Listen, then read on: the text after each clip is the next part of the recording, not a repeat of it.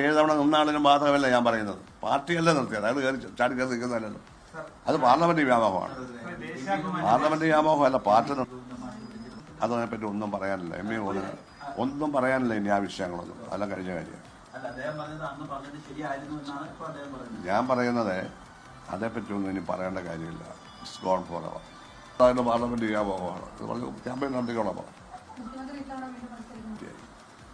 കൊച്ചു കൊച്ചു കാര്യം ചോദിക്കും.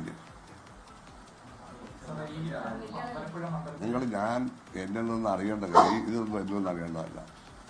അതൊക്കെ പോളിറ്റ് ബ്യൂറോ തീരുമാനം. അത് പത്രത്തിൽ വാങ്ങില്ല, ഒരാളെ മത്സരിക്കുന്നത് പിണറായി വിജയൻ. അതൊക്കെ കഴിയും.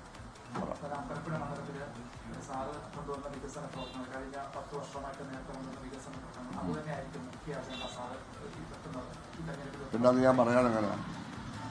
അത് സർക്കാരിൻ്റെ ആണെന്നാണ് ഒരാൾ പറയുന്നത്. സർക്കാരിൻ്റെ എല്ലാം പിന്നെ ഞാനുള്ള സർക്കാർ. ഇടപെടി ഞാനാണ് സർക്കാർ. ക്യാബിനറ്റിൻ്റെ മൈലവല്ലോ അറിയാമോ? ആ മന്ത്രിയാണ് സർക്കാർ ആ വകുപ്പിൽ. മനസ്സിലായോ? അല്ല എല്ലാവരും കൂടെ കൂടിയതെന്നല്ല. അത് ക്യാബിനറ്റ് കൂടുമ്പോഴൊക്കെ തീരുമാനമുണ്ട്. അറിയാം. കോൺസ്റ്റിറ്റ്യൂഷൻ കുന്തവും കുടച്ചക്രമോ എന്ന് പറഞ്ഞ ഇദ്ദേഹത്തിന്റെ കൂട്ടുകാരനോ പറയുന്ന പോലെ അല്ല. കേട്ടില്ലേ? ഉത്തരവാദിത്തോടാ പറയുന്നത്. പാലാരിവട്ടം പാലത്തിൻ്റെ പാലവിടെ ഉണ്ടല്ല വിളിച്ചത്. പുതുക്കി പഠിച്ചല്ലേ ഞങ്ങൾ.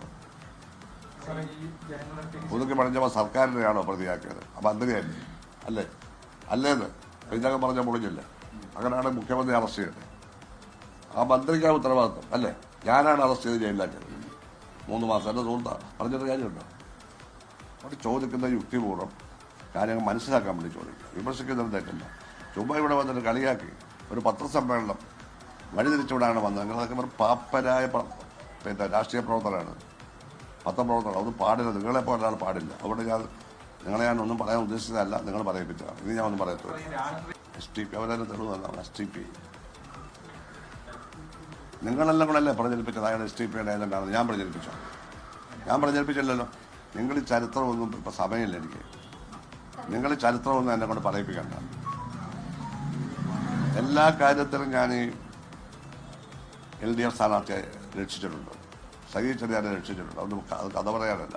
STP ചോദിച്ചോണ്ട് ഞാൻ പറയാം. നിങ്ങൾക്ക് ഓർമ്മ കാണും, നിങ്ങളുടെ കാണത്തില്ല. 3 പെൺകുട്ടികൾ ആത്മഹത്യ ചെയ്തറിയാം. അറിയാമോ? എല്ലാവർക്കും അറിയാമല്ലോ. ഞാൻ മിനിസ്റ്ററാണ്.